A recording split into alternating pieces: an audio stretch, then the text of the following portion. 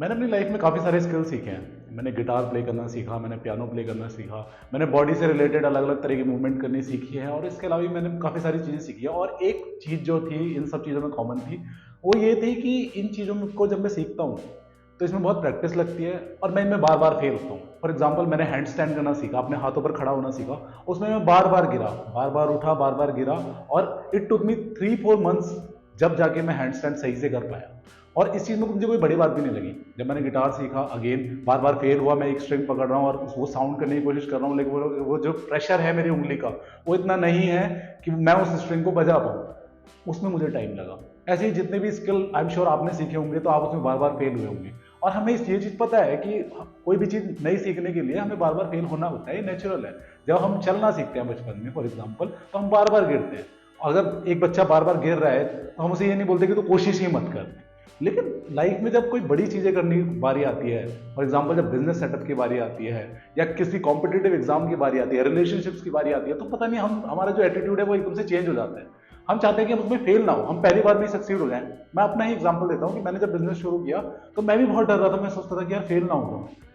लेकिन फेलियर अगर हम देखें किसी भी एस्पेक्ट में अपनी लाइफ के, फेलियर किसी भी चीज को लर्न करने का, किसी भी चीज में सक्सीड करने का एक नेचुरल प्रोसेस है। फेलियर कोई एक अलग चीज नहीं है। फेलियर एक नेचुरल पाथ है जिसके थ्रू हमें जाना ही पड़ेगा किसी भी चीज में सक्सेसफुल होने के लिए। हम ड्राइविंग सीखते हैं, हम ड्राइविंग में हम बार बार फेल होते हैं। जिन लोगों ने भी ड्राइविंग सीखी है, चाहे वो कार हो, चाहे मोटरसाइकिल हो, चाहे साइकिल चलानी सीखी हो, आई एम श्योर उन्हें याद होगा कि जब हम साइकिल सीखते हैं या फिर मोटरसाइकिल सीखते हैं या कार सीखते हैं, साइकिल में तो क्लच नहीं होती, हम बाइक में या कार में जब क्लच छोड़ते हैं तो बार बार वो जल्दी से झटके से बंद हो जाते हैं। तो ऐसा तो नहीं हम छोड़ देते हैं कि हमसे नहीं होगी, हम फेल हो रहे हैं।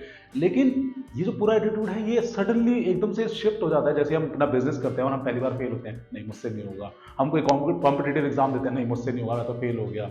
कोई भी चीज़ ऐसी जो होती है, जो बड़ी चीज़ जो हमारी लाइफ को चेंज कर सकती है, हम तुरंत फेलियर से भागने लगते हैं। और इसका कहीं ना कहीं सोसाइटी का भी कंट्रीब्यूशन है, क्योंकि सोसाइटी हमें प्रेशराइज करती है कि हमें सक्सेसफुली होना है। अगर नहीं हुए एक बार में तो कहीं ना कहीं हम उस चीज़ के लिए नहीं बने।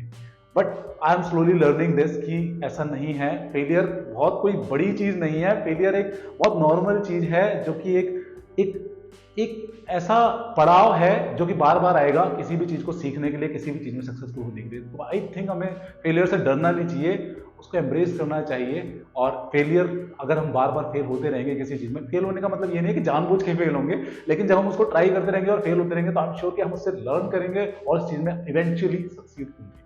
Thank you so much for watching. Good bye.